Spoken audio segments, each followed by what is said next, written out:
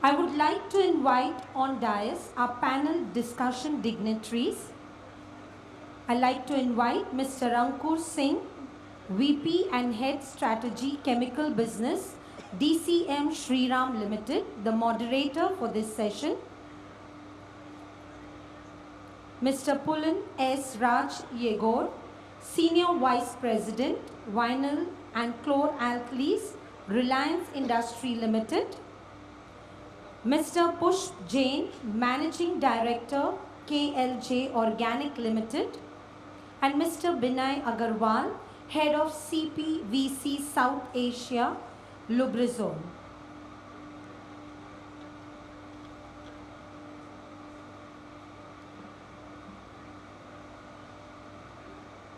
Please take your seat, sir.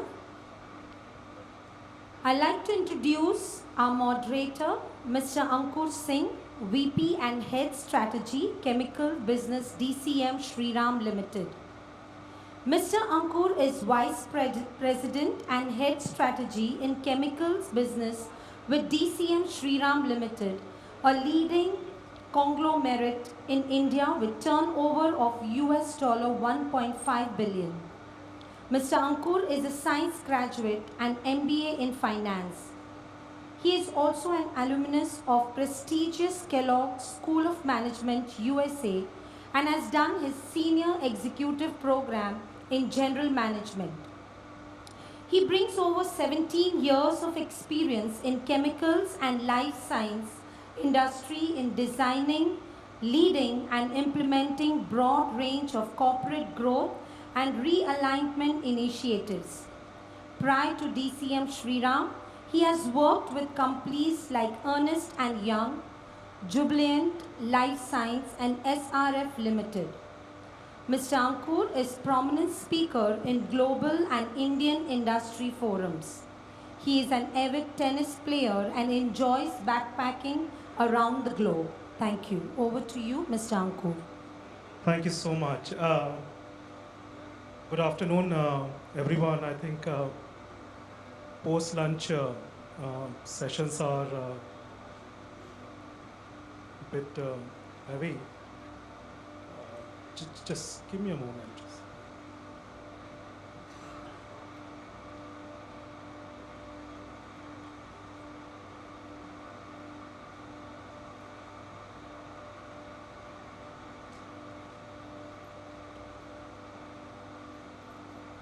Great. Thank you so much for joining in this post-lunch session. A very apt topic, and I could not imagine much better dignitaries on the dais than we have right now. I have Mr. Pushp Jain, Deputy Managing Director with KLJ Group. Then I have Binay from Lubrizol, looking after the South Asia business of Temprite. And I have Pulin from Reliance, looking after the newly christened PVC and caustic soda business at this point of time. Now, the whole ecosystem on the chlor-vinyl has seen a very interesting twist and turn in the last 4 and 5 years, both in terms of caustic soda, PVC, and associated value chain. There was huge up and down. One section, which is caustic soda, was predominantly a domestic play, whereby there was a lot of capacity came in. And I was actually surprised when I was looking at last 5 years of data. We have reached from 4 million ton capacity to 6.2 million ton capacity in just 4 years. And it took us 8 years to double this capacity previously. This also shows the amount of capital investment has gone into this industry. Within 4 years, we become net importer to net exporter. Within 4 years, we become a higher capacity grocer compared to Japan and Germany.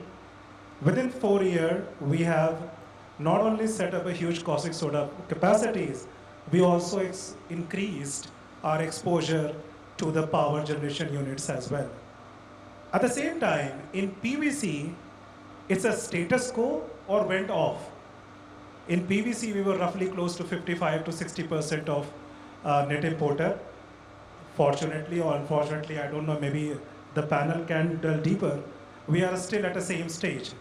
I'm not factoring in the capacity announced in this industry.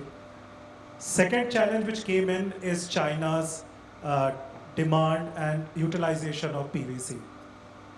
Now the whole real estate ecosystem which crashed had impacted the global PVC market in a very big way. So if I look at the whole chlorovinyl chain in a pecking order, it's a PVC which crashed first, taking down the caustic. At the same time, the European market reduces the whole India story of exporting the caustic soda. So a lot of people might say, this is not a right time. A lot of capacity is gonna say daylight. At the same time, the markets are not conducive. If I step back and say last 10 years, the market will auto-correct itself. But definitely these are the challenging times in terms of the consumption story and all. One peculiar part of the India's chlorovinyl story, which we all understand and know, we calculate our netback on chlorine compared to the rest of the world, which calculate the netback on caustic. And the world's 35% to 37% of chlorine goes into PVC. We are short on PVC. So inherently, this industry is at disadvantageous position so far as the value chain is concerned. Yes, we have expanded a lot into the downstream application towards agrochemicals, towards dyes and pigments, towards plasticizers in the form of CPW. CPVC capacities have also come in, but it's not enough to be fair, because the top three consuming chemical of chlorine are PVC, isocyanate, chloromethane plus epichlorohydrin. And we don't produce the top two in the country in abundance quality. The industry as a large, the domestic market has been growing to 5 to 6%. And at least domestic story is pretty strong, because on the bank of textile, on the bank of alumina, soap and detergent. At the same time, whole PVC story is still balanced, if not robust. However, as you move from a net importer to net exporter story, you are exposed to the global market. And then you become an ultimate price taker. To some extent, you can defend the market. Beyond that, it's on global play. With these remarks, let me just open the conversation on the much broader discussion towards the value chain. And my first point to Pushp, that you are in a very unique position who have exposure to upstream and downstream both. And in fact, you are exposed to the both sides of the market in terms of the value chain. What is your initial thought in terms of the cycle, in terms of the upstream market performing, and how do you see downstream inching ahead? Thank you, Ankurji, for initiating this panel discussion and warm introduction, and good to see the questions coming up soon. I mean, personally, I feel the commodity cycle, the 2 years, 2020, 21, was such a big upcycle for most of the chemical industry. And so many new expansions happened immediately. So this was expected that 23 would be a slow year, and I feel the good part about India being in a sweet spot, that India, the downstream demand is good. The growth, we see many sectors having double-digit growth rate. I see in plasticizers, in PVC downstream products. So there is a lot of import substitution happening and a lot of domestic consumption growing. One big, like what you mentioned about India being short on PVC, but as there's a saying that every threat gives an opportunity also, because India is so short on PVC, there is a lot of surplus chlorine. So I think globally, India is the most competitive place where you get the cheapest chlorine. So a lot of the chlorine derivatives products, including the CPW that we make, or benzyl alcohol, or aromatic solvents and derivatives, India becomes a good source of these products for the export market also. So that has gotten a lot of growth in the downstream for India. Thanks. Pulin, now the whole PVC story.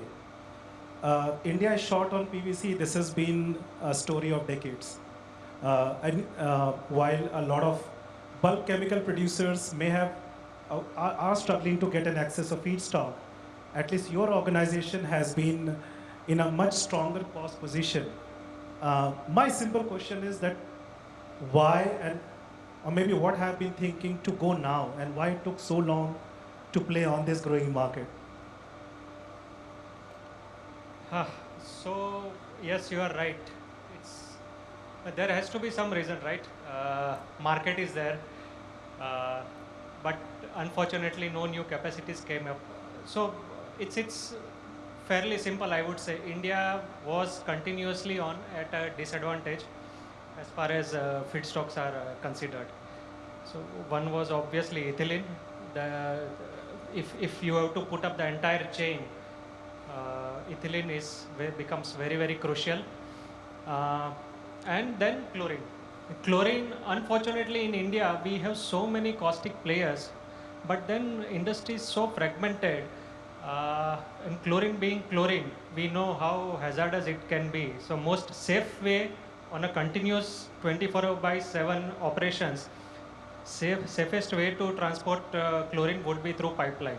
But then unfortunately, just next door, if chlorine is available, that had not been the case till now. So because of these two primary reasons, and then third one, I would say the cost of power, what we have seen in India, because India, it's fantastic story on PVC consumption.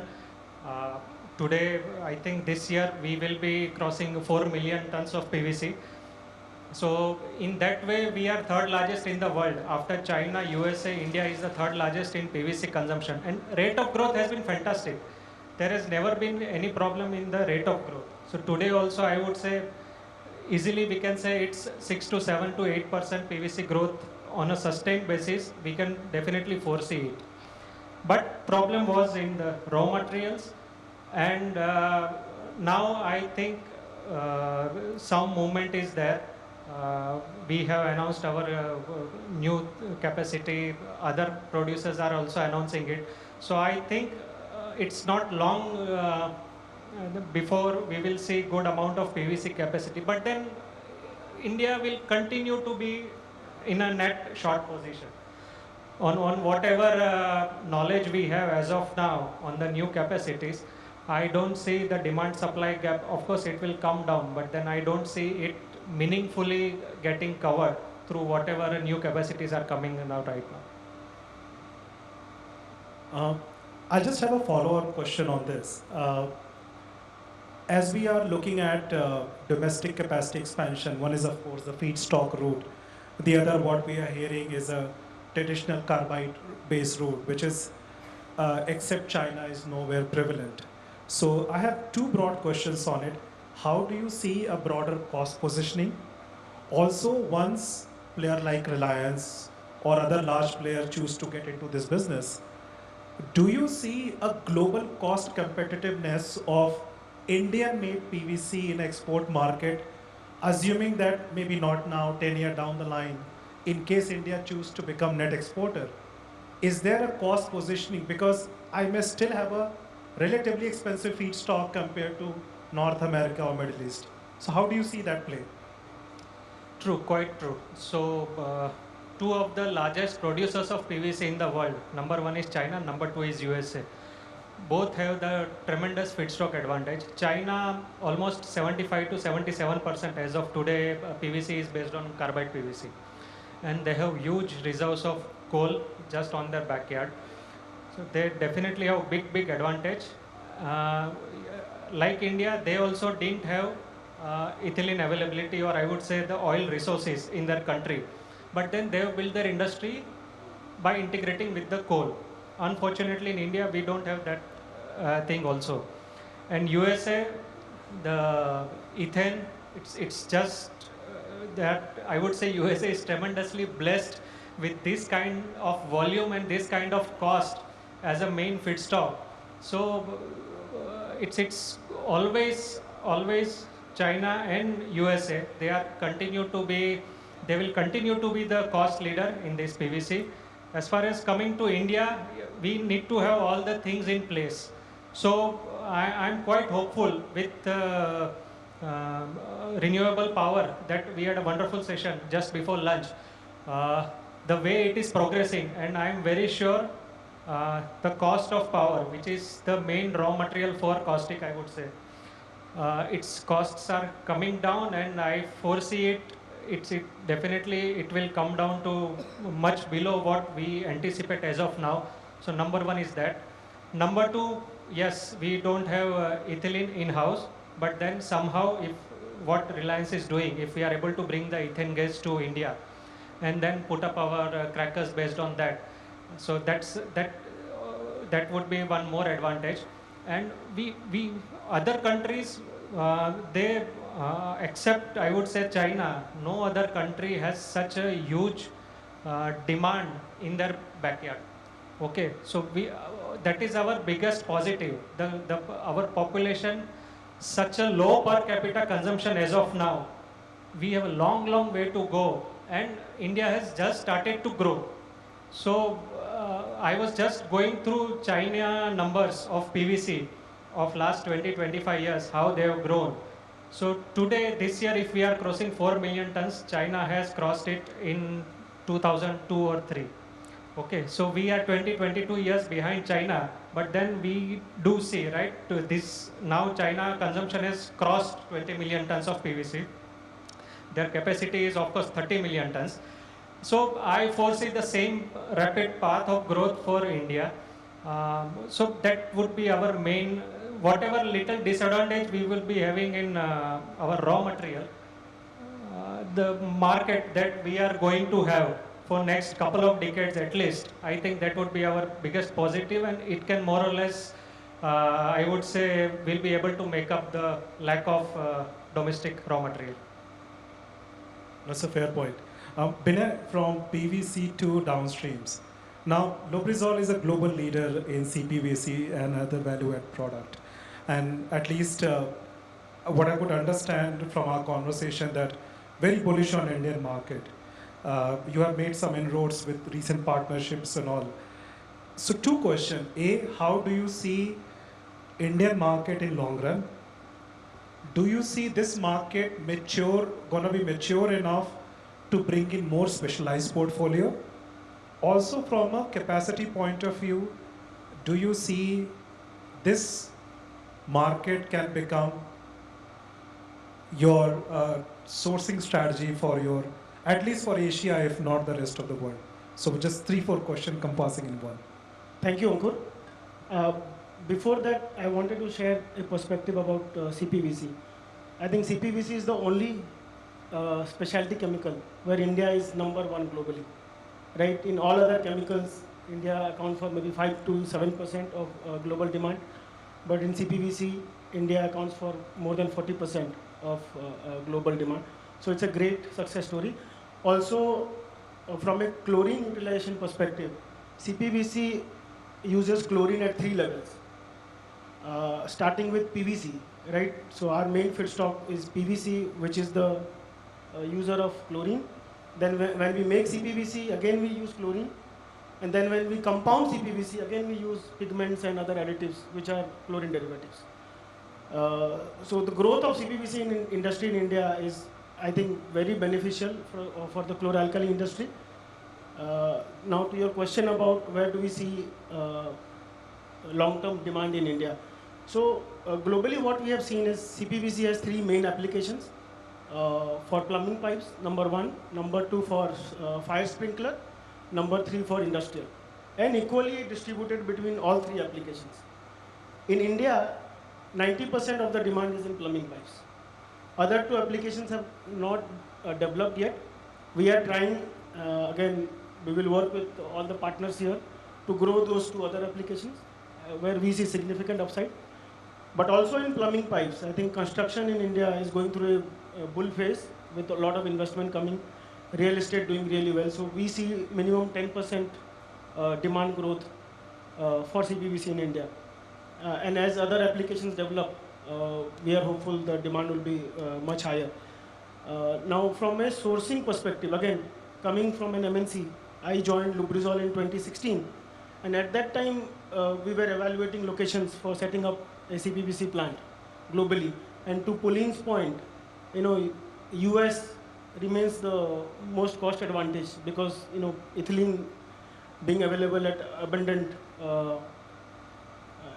and also, handling chlorine in India is a challenge. We all know that. Plus, any chlorine derivative you make, it will generate a lot of HCl, right? So handling HCl is another challenge. So from an MNC perspective, 5 years back, they were not comfortable setting a plant in India. We always thought India would be a demand, and I think in most chemicals, that's how MNCs see it. Production will happen in some other location. But I see that changing significantly. We are working with Grasim to set up a 100,000 ton CPVC resin plant in India. So we are not seeing India just as a place where we can sell, but where we can make and also export. And I'm confident that outside of CPVC, there are other chlorine derivatives where we can become not only a source for global demand growth, but also production hub as well. Thanks, Binay. Pushpji, one broader point on industry as whole. As the caustic soda grows, people will keep investing in chlorine downstream. So there are two challenges comes in. A, the overcapacity. Not only caustic soda and downstream. It could be short term, medium term, but there will be impact on industry. Also, from your long experience in this ecosystem, how do you see the global demand supply, which is going to be little on and off, at least for next 24 months, gonna impact a lot of expansion plan? Do you see that having any curtailed impact so far as my growth strategy is concerned, or we will keep investing irrespective of the situation? Yeah, I think from the first part of your question, I think India downstream overcapacity is there, and it should be there. I think in any large industry, it is always the supply comes and then demand follows. In most places, especially in developing countries. So when there is plenty availability of any product, the demand also starts catching up. So I see chloralkali following the commodity cycle. Yeah, we had 2 great years and then a lot of capacity expansions. But the demand growth happening in countries like India or Indonesia or certain parts of the world will definitely help tide over the other global crisis. And with Europe and US and China not doing so well, I'm sure the other parts of the world, the demand growth will supplement and all the capacities that have come up will soon be absorbed. And the growth of new capacities will still continue to happen. And a supplement question, if the demand supply balance gonna be even out in let's say 3 to 4 years, what are the other challenges you see broadly in a chloralkali industry and downstream industry as well, which you think need to be taken care of now rather than leaving it on the future? Yeah, I think that's a very good question and a very valid question for this audience here and the purpose of all of us sitting together. Everybody talks about the known big factors are, yes, India is short on PVC, India is a caustic market, chlorine is surplus. One big thing which everybody does miss out or becomes a smaller point is HCl usage. All the chlorine, most of the chlorine in some stage or the other of the value chain gets converted to HCl, a lot of it. And India is greatly surplus on HCl also. India presently exports, I think, more than 15,000 tons of HCl a month, more than that. But with the kind of capacities coming up in the future, India needs to have an ecosystem where there will be an increase in consumption of HCl also. Otherwise, one, it being a hazardous product, and for it to be on a negative pricing for so long leads to a lot of unethical practices. So just to have a safe ecosystem for chlorine and HCl, chlorine will be consumed by a lot of PVC coming in, but still we need a lot of outlet for HCl in form of maybe phosphoric acid, or I mean right now everybody just calcium chloride is the last thing. So there are a lot of other value-added products which can be thought of, and the industry should encourage investments in that, and especially in the like Gujarat region is very surplus in HCl. Other parts still there are a lot of other local applications. Gujarat being a big producer of chloralkali, HCl is a big, I mean I would not say headache, but a big issue to handle in the future. Do you also see that Gujarat, at least this particular chemistry is concerned, is over-invested, and we need to look at the other areas of industry, country as well, so far East Coast or some other area? Yes, I think very valid point. Of course, it should be.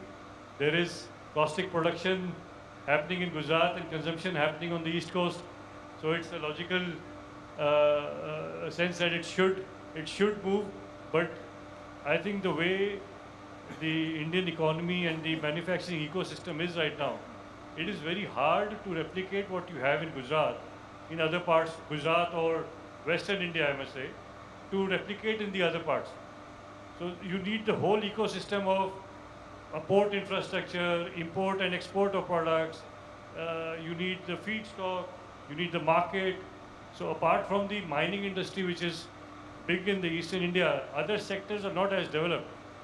So once slowly the ecosystem comes up, I'm sure there is a huge opportunity to have a large-scale chloralkali complexes in Eastern and Southern India. It's a valid point. Pulin, so far as PVC market is concerned, at least there is no challenge on demand supply. There is enough market and everything. And you have Reliance being a large player have covered most of the feedstock story. But I was intrigued to ask on the whole power story of your investment strategy. Now, one element you mentioned is to capture the cost synergy, you will focus on green power. Can you just tell us more about it and how the strategy going to be? Would you expect some premium on your product, or it is largely the part of the cost overview?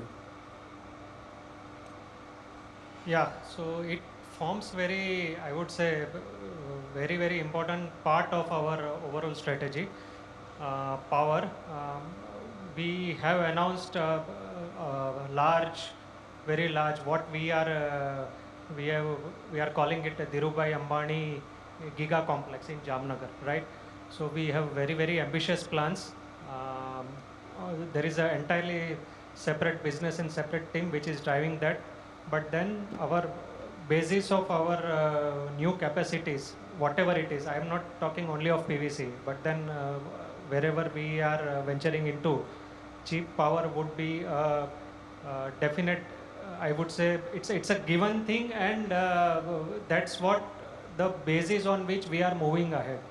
So our chairman and all our management, entire management, they are extremely bullish on the kind of activity that we are doing. I won't be able to give the complete picture on what all things are going on, but yes, at the end of next couple of years, the kind of power, uninterrupted renewable power that we envisage, it would form the very basis of all our new plannings that we are doing currently. No, thanks. Sticking to the PVC, any inherent challenge you see right now in the overall PVC ecosystem? Because at least while there is a volume shortage, the price pressure is there in the Indian market. Do you see this as a temporary phenomenon, or do you see that Indian market has started following the direction of the global price strategy, and therefore, as you said, because India will continue to import, the price parity has to be established somewhere? Yeah, it's true. Currently, I think domestic players, we are 5 producers of PVC today, and all 5 of us put together, we are less than 50%. Okay, so in a way, pricing power is with the exporters to India and not with the domestic producers. So that is going to be the main challenge, because as I told you, the least cost producers continues to be China and USA. They, for a foreseeable future, they would have a surplus PVC. And right now, whatever, today rates have gone down below $800, and it continues to be. I have never seen on a sustained basis PVC rate below $800 for such long duration. And that's because we have become favorite, I would say. I don't want to use the term, but then that's how it is. We have become the favorite dumping ground for the world. Okay, because India is the highest importer of PVC in the world as of now. So this year we would be importing close to 2.7, 2.8 million tons. So China, almost a million ton is coming from China this year. And till economic situation in China improves, their real estate industry improves, unfortunately, they will have to keep on exporting in a big way, and India is just next door. And so, I would say at least for next 2-3 years, I see prices would be under pressure, unless yes, there is some intervention by government in China. They give some fantastic uh, benefits to real estate industry, which as of today I don't see it coming. But then something like that happens, and if demand grows in China, then it would be a different story. Otherwise, I see for a foreseeable future, and yes, we have to learn to live with it. Even USA, with the kind of cost position and cost competitiveness they have, their real estate industry is also really struggling, I would say. Just 2 years back, their housing industry was all the common people. They were getting home loan rates at 3%, and now it has gone above 7%. So till I would say macroeconomic situation improves, I see that they will keep on pushing material to whoever can absorb it. And as of now, at least till new capacities come up, the favorite ground is India, where all the new capacities or all their surplus capacities will keep on coming. I think one person in the room would be relatively happy is Binay. he expects situation to continue. Binay, I have a slightly different question, because you have bet big on India in terms of demand point of view. But as a multinational corporation, when you choose to India to have a long bets, what are the couple of challenges you see in India as an investment ecosystem? That's one. And secondly, specifically in your own industry, which you think need to be taken care of if you really want to stay invested, let's say for a longer duration of time? Thank you, Ankur. So, all MNCs are very particular about safety, right, and not comfortable handling chlorine in India. So that's the challenge in chlorine derivatives. We don't see many MNCs having setups in India, and that's where if MNCs can work with local companies to take care of this challenge, I think a lot of investment will come.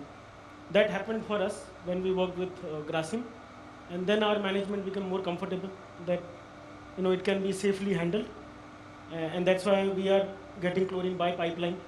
Again, to the point that Pulin mentioned, if you want to ensure sustainability of this industry, chlorine has to be transported by pipeline.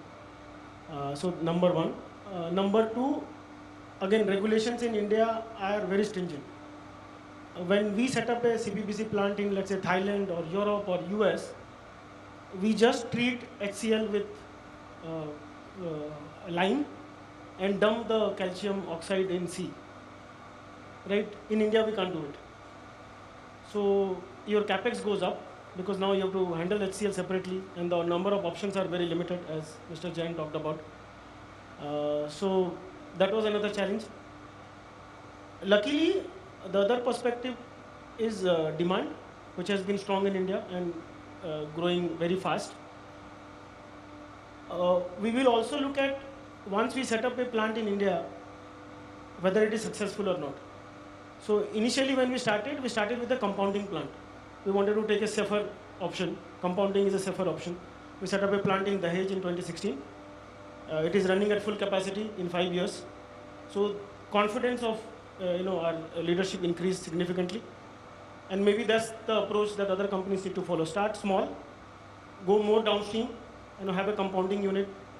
If you see success, then do backward integrate to resin and other ingredients. No, it's a valid point. Before I go for next round of question, one thing which I have seen in this industry, or rather commodity industry by and large, is everybody is talking about China plus one, and in order to become a China plus one, you have to do something what China is doing. You can't become a China plus one by immuning yourself the way China run the business. And one of the things which I really want to focus is the scale issue. I mean, even if we are growing, still we have a very fragmented industry even in bulk chemical. I was just discussing with Sridhar on the caustic soda example. 22 plus plant, 4 player having more than 65 capacity. And India, as we know, nobody shuts down. This kind of industry structure is, I will not say it's detrimental, but it's gonna have an impact on a compatibility of the pricing. Because in China you have scale, you have unseen government support. At the same time, you have a very strong distribution network which is not only owned by companies as well as owned by the government as well. Our ecosystem does not provide any of these scale. So where would the scale come? Either continuous capex, now keep investing in terms of the broad capex has a limit, or by consolidation. I firmly believe that at least the industry has reached to enough threshold where the consolidation has to happen, be it caustic soda, be it couple of large downstreams, or at least across the border. While PVC is a new story, but industry really needs scale to compete in a global market, at least by consolidation. Otherwise, the moment you become net exporter, you will always have a challenge to compete on a price point. That's my takeaway on consolidation part. I'll just come back to my panelists on the last point of their view, and I'll start with Pushp from you. Let's say 3 year out, 3 to 5 year out. How do you see this industry responding to all the geopolitical situation happening? Do you see this subdued ecosystem will continue before it comes up, or there will be a gradual recovery as we go along? I think the recovery in India has definitely been very, very robust, and it will help the global ecosystem also to recover in a better way. And I feel you will see as early as maybe end of this year or early next year that the chloralkali cycle should be coming up again. So, this I'm saying from a perspective that the downstream demand seems to be healthy. And one more thing I would like to add is like what Pulin said, like PVC, US and China have the lowest cost position. What does India have?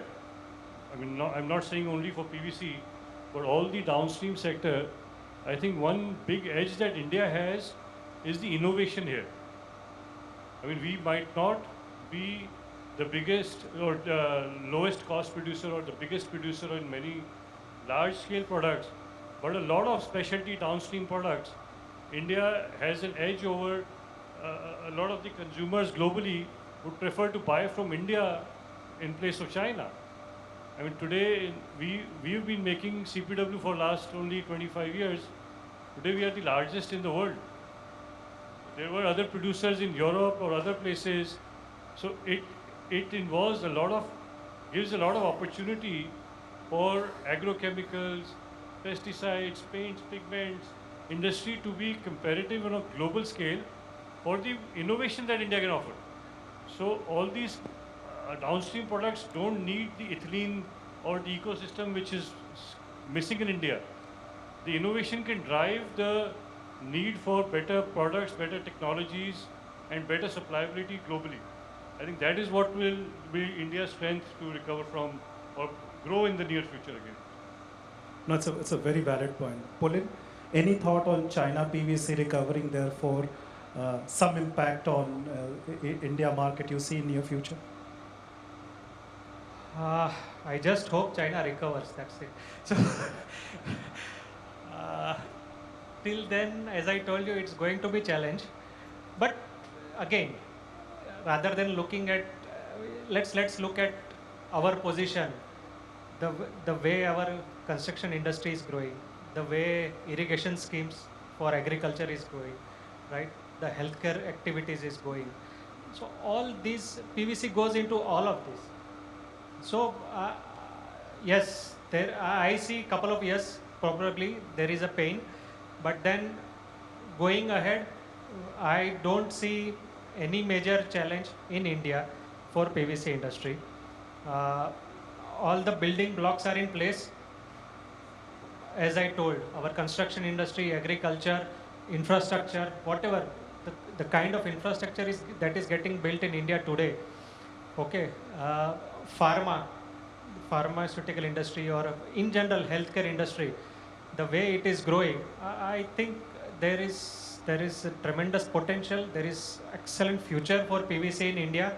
Yes, probably we are passing through some of the worst times as far as the margins are concerned, but then that's part of the business. It should be fine. Thank you. Binay, last to you. Bullish on India. Also, what's the future lies in terms of Lubrizol bringing in more value addition, or would you still want to play the capacity game at this point of time? So Ankur, from a challenge perspective, I missed this point, but there is no demand for CPVC in India, China, but China is the largest producer of CPVC. And then they dump all their CPVC to India. So luckily, I think government is more proactive. They are looking at quality and ensuring that everybody has to have a BIS license to be able to sell to India. It will improve the quality of CPVC in the country. So we'll want to continue to play the value addition game. As I said, it's today in India, it's only plumbing pipes, which account for 90% of the demand. There are two other big applications globally, which we are planning to develop. But we'll be happy if India becomes a net exporter of CPVC from today, which is a net importer. If the project is successful, we can grow the market nearby India as well. I mean, Middle East, there is significant construction happening there. In Southeast Asia, significant construction happening there as well. So India can become a base for CPVC manufacturing globally, is how we see.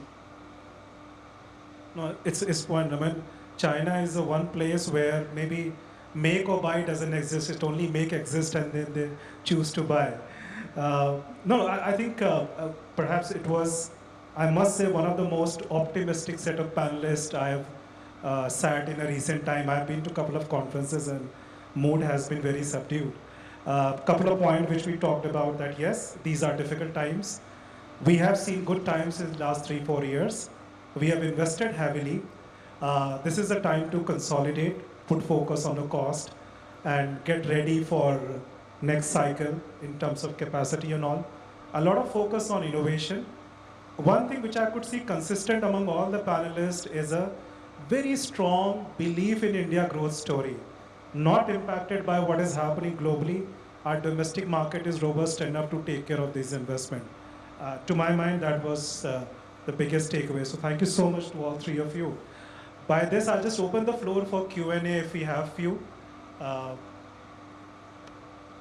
Can someone just take the mic to the lady, please? Ma'am, please you state your name and whomsoever you want to address the question to. I'm Jyoti Tripathi from Tinita Engineering. So from morning I'm hearing the session. So it was rightly said by sir that to grow, everyone in this room needs to grow. Not any one person cannot grow. So I'm hearing that there will be capacity expansion. There will be China plus one. We need to move to a more sustainable future. So how you all are including? I am from an OEM. We are a supplier of equipments. So how you will develop us also, because you will expect us to be more sustainable, to be more innovative, to offer more innovative products. You will be tying up with some technology, but that needs to come down so that you are not always dependent on importing your equipments. Instead of, it can be developed with tie-up with us, or like us, many suppliers are there. How we can also develop with the world so that we can be at the top. That is what I'm looking for. What I understood your question correctly, you're pressing for more localization of Yes. equipments and all. Push, Yes. sir, you want to look at I think it's again as I said in the beginning, it's a question of whether supply comes first or demand comes first. So I think it's a mutual thing which the engineering industry at large and the manufacturing have to work together to try and bring more and more local production. So definitely as an Indian manufacturer, when we are doing a project, we always want to get the vendors locally. Even if it's a multinational company, if they have a local setup, a manufacturing company or a service setup or warehousing, all these things if they have, it is always a preference. So we will have to be, it will be a chicken and egg that yes, manufacturing will also make an effort to buy more locally, and the industry, the vendor OEMs have to ensure that the right technologies and the quality and cost is available in India. Till now, a lot of products that we are forced to buy from overseas because that technology is not available in India, which is not the case in China. China, the ecosystem, everything developed. They started making their own catalysts. They started making their own membranes. Everything they tried to replicate from Japan, US, Europe, everywhere. So the OEM industry should also try to gather more technologies to be up to the mark and up to date. Yeah. Yeah. No, I agree with him because till date we have, I can count on my finger how many glass line reactor manufacturers we have here in India. So we are keen, we have orders. The fact is that do we have domestic capability, capacity, at the same time global standard, because a lot of our technology might come from abroad who seek for guaranteed in terms of their equivalent standard has been shown in India. So on the quality as well and as well as the capacity, we have to step up. We are keen. We want to be as local as possible so far as equipments are concerned. Hello, thank you. Thank you for this event, very interesting.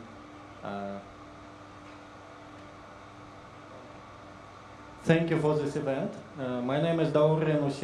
I'm a project director of the soda ash plant from Uzbekistan.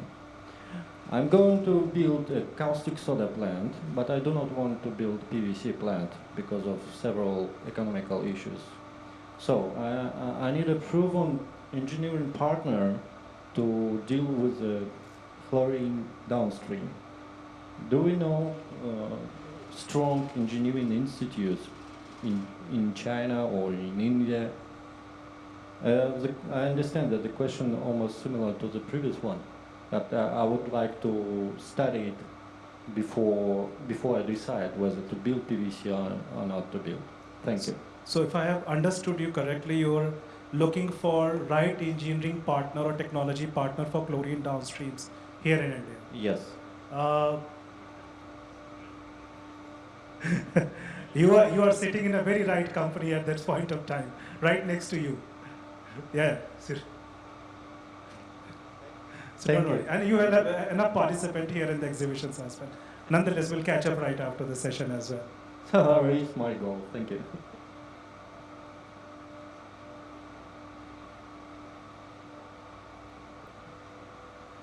Good afternoon. I'm from KLJ. My question is to Mr. Pulin. You talked about net back on ethylene and net back on PVC and net back on polyethylene. So assuming that your cracker comes in and put up the PVC based on the ethane coming from US and keeping the current prices of $800 a ton, what do you see could be the net back on per ton of ethylene that you produce from ethane for PVC versus what you get in terms of polyethylene? That is the one point. Second question is that in the current perspective, when China, 60% to 80% capacity additions are coming from China for PVC plants, what do you see the exports from China for PVC into India that will continue to dump in? And in that scenario, how do our industry see to face up that imports threat for the new capacities that will come in? Okay, I got your second question clearly. Let me answer that first. On China, yes, as I said, material will keep on coming. They have surplus. So around, my estimate is around their today's consumption is about say 21 million tons, and they have capacity of 30 million tons. So even if we take say operating rate of 75-80%, they will still have substantial surplus material to export, and their newer capacities which they coming up, it continues. So at least lack of demand is not leading to any capacity postponement. So last year, this year, next year, between these 3 years, almost 5.5 million tons of capacity in China are coming up. So they will continue to export. That's what I foresee as of now. And it's for Indian consumers, it's just since domestically availability is less, so it's just one more option to buy, and they will keep on buying. So I don't foresee any issue.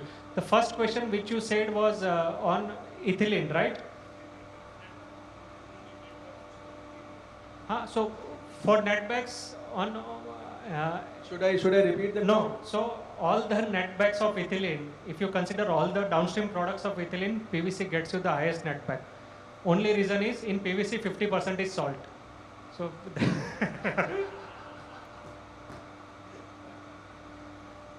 Great. Do we have any other question? One small question with the Binay. Do you have BIS number for CPVC resin that we import? And how much chlorine do you consume per ton of CPVC? So I heard the second question. Chlorine is around 40% No. per ton of CPVC. See, when you start with PVC for making CPVC, how much chlorine you consume to produce 1 ton of CPVC? 40%. Point. Yes. And is there any BIS number for CPVC that is getting imported, that you afraid of from China? Not as of now, but we are working with the government. I think on PVC they recently announced last week. So we are expecting on CPVC maybe within 1 year. Okay, thank you. Yeah. Thank you. Any other question we have on the floor? No? Okay. Sorry, we are short.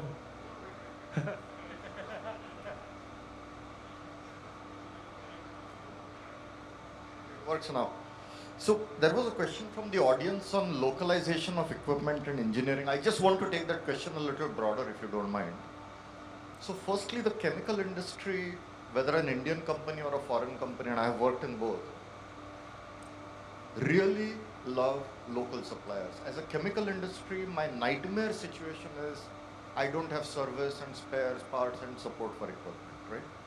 So for all the equipment vendors out here, there should be no doubt in your mind that if you produce equipment of quality, which is reliable, meets the standards that the chemical producer wants, there is no chemical company that will prioritize a foreign vendor over you, right? And I can speak to that broadly, having worked in multiple chemical companies in my life. But there is a huge opportunity today for the Indian chemical equipment manufacturers, which I think is not being tapped. So if you look at what is happening in the world, you know, China is surplus in capacity, Europe is declining, but US is growing. There's a lot of projects happening in the US, and if you look in the last 5 years or so, I think the cost of doing a project in the US has doubled or maybe even tripled. You know, simple welder in the US today costs maybe $200 an hour, which used to be like $70 an hour once upon a time.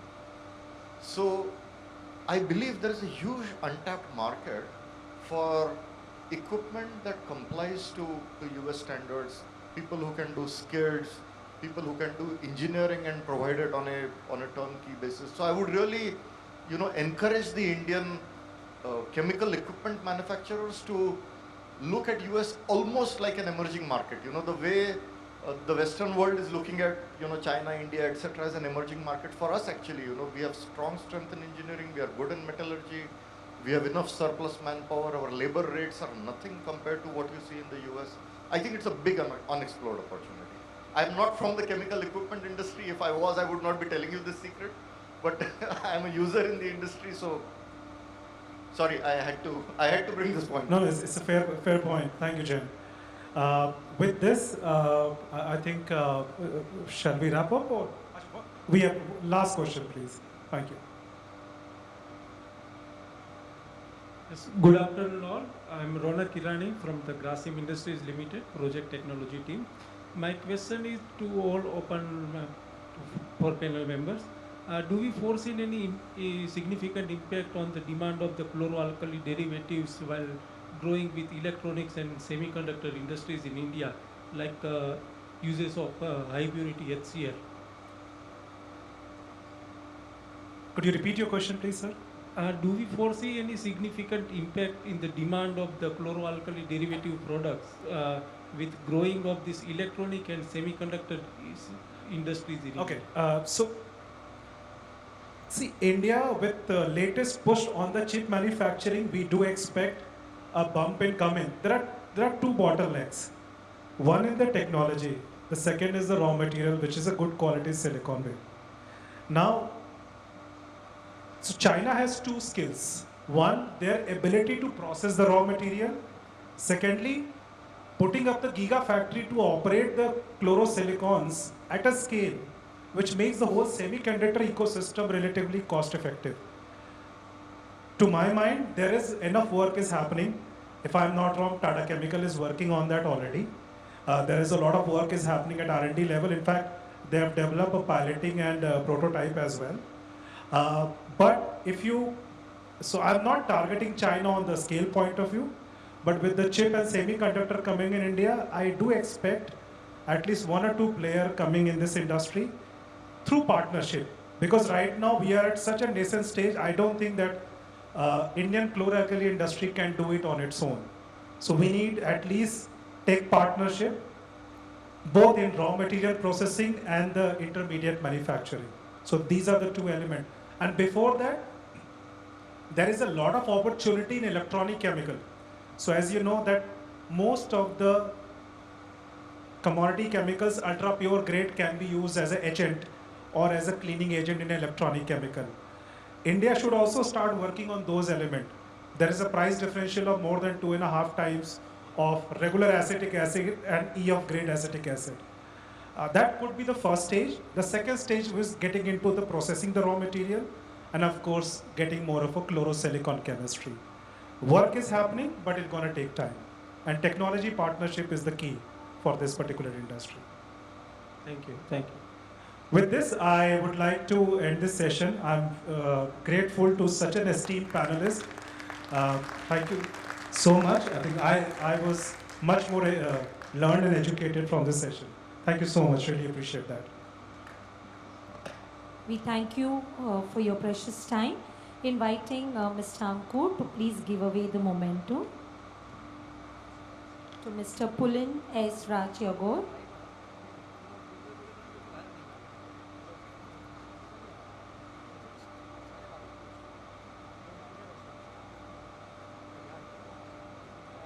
To Mr. Pushp Jain.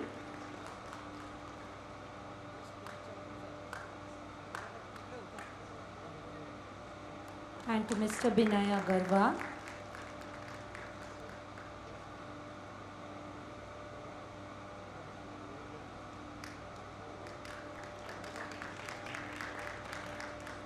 Requesting Mr. Binay to give the memento to Mr. Ankur Singh.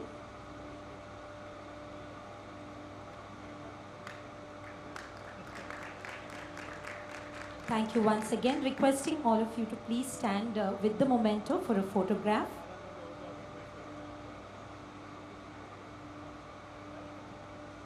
We will have a short 15 minutes tea coffee break which will be served outside, requesting you to take a quick break and be back for the next session. Thank you.